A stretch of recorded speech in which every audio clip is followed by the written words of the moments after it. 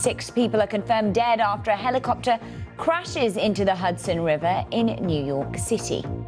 The plane started falling apart in midair, and then the tail came off and then just flipped over in midair and started falling into the ground. Another day of turmoil on Wall Street, but President Trump insists his tariff policies are going to plan, despite acknowledging a difficulty in the transition. And defense ministers from Ukraine's allies meet in Brussels as Kyiv says Russia's spring offensive has begun.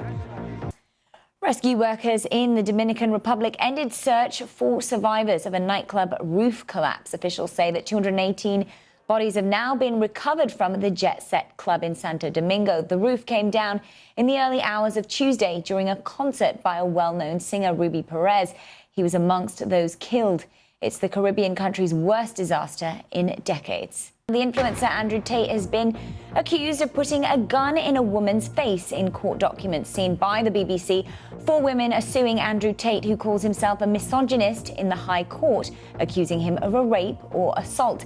He denies all the women's claims, saying they are a pack of lies. The British-American self-proclaimed misogynist is facing legal action in several countries, including some cases where he's accused alongside his brother, Tristan Tate.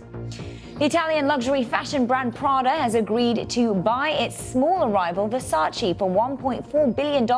Prada is one of the few luxury firms to defy the recent downturn in the sector. It hopes the purchase of Versace will enable it to reach new markets. And we want to bring you some breaking news. In a ruling, the U.S. Supreme Court says the Trump administration must facilitate the return of a man wrongly deported to El Salvador. The justices upheld a local court's order requiring Salvadorian national Kilmar Abrego Garcia to be returned to the U.S., where he was living in the state of Maryland. The government has acknowledged they deported Garcia in error. And China calls comments from Volodymyr Zelensky irresponsible after the Ukrainian president said 155 Chinese citizens are fighting for Russia in the war.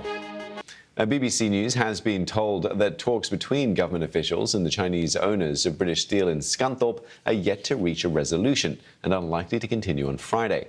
The government has offered to buy the coking coal that is urgently needed to keep production going.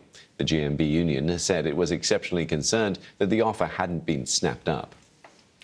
The Duke of Sussex has met people injured in the Ukraine war during a visit to the city of Lviv. Prince Harry toured a clinic providing specialist prosthetics and mental health treatment to injured veterans and civilians. Lviv has frequently been targeted with Russian missiles, and the visit was not announced until after the prince was out of the country. 6 activists from the environmental group Greenpeace have been arrested after red dye was poured into a water feature outside the U.S. Embassy in London. It was part of a protest against American sales of arms to Israel. Those arrested include a co-executive director of Greenpeace UK, Will McCallum.